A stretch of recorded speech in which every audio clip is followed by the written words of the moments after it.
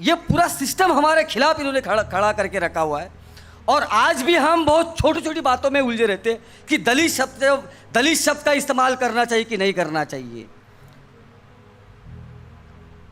कि हमने नमो बुद्धाय बोलना चाहिए कि नहीं बोलना चाहिए। बिल्कुल ये कुछ मसले हैं जिसको सॉल्व करना चाहिए, बट मैं ये कहने की कोशिश कर रहा हूँ कि बड़ा आपका एक तबका है जो रोजी रोटी के लिए संघर्ष कर रहा है, जो अपनी इज्जत के लिए संघर्ष कर रहा है। जब कोई आपके समाज की लेडी किसी घर में काम को जाती है तो आप सोच नहीं सकते, जो डेटा ये रिपोर्ट है कहता है कि उनके साथ जो अत्याचार होता है, जो कभी बैठ के उनके साथ बात के उनके साथ क्या क्या होता है, और केवल अपने बच्चों के पेट के लिए, अपने पेट के लिए वो अपनी ज़िंदगी, ये कभी पूछिए उनको बैठ के। तो जब इतने सारे मसले आपके सामने खड़े हुए हैं तो हमें वो मिशन लाना पड़ेगा जिसको हम ऑटोनॉमस मिशन बोलते हैं, जहाँ पर अगर सरकार हमारे साथ नहीं है तो हम अपनी संस्थाएं बनाएं। खास करके हमारे स्कूलें तो बनाएं हम। समाज का पढ़ा लिखा तबका उस वक्त में, और विदर्भा का ये इतिहास है कि बाबा साहब के आने के पहले यहाँ पर हमारे समाज के लोगों ने अपनी स्कूलें बनाई।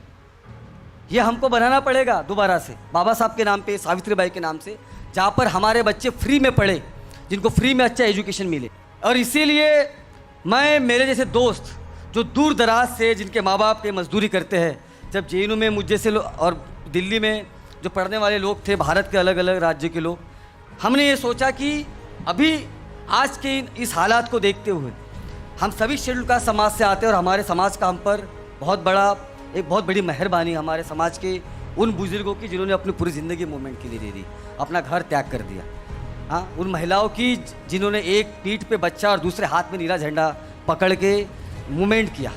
उन अनपढ़ शेड्यूल कास्ट की भी, जिसको ये नहीं पता था पढ़ा कैसे जाए, लेकिन रिडल्स इन हिंदुज़म के लिए वहाँ पर बॉम्बे में पुलिस वालों के डंडे खा रहा था। इन सभी का हमारे ऊपर बहुत एहसान है, और इसीलिए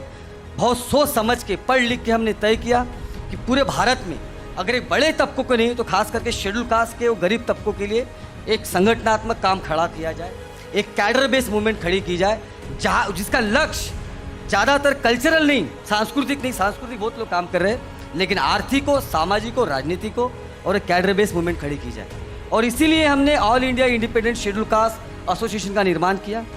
जो पूरे भारत में धीरे धीरे फैल रहा है। अभी मैं दिल्ली से आया हूँ, दिल्ली का हमारा स्टेट कमेटी बना। मैं भी हिमाचल और बिहार जा रहा हूँ, जहाँ पे लोग बुला रहे हैं कि आपने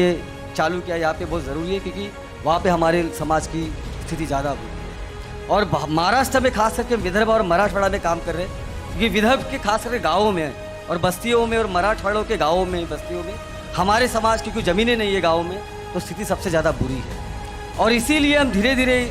इस मूवमेंट में लगे हुए हैं। लोग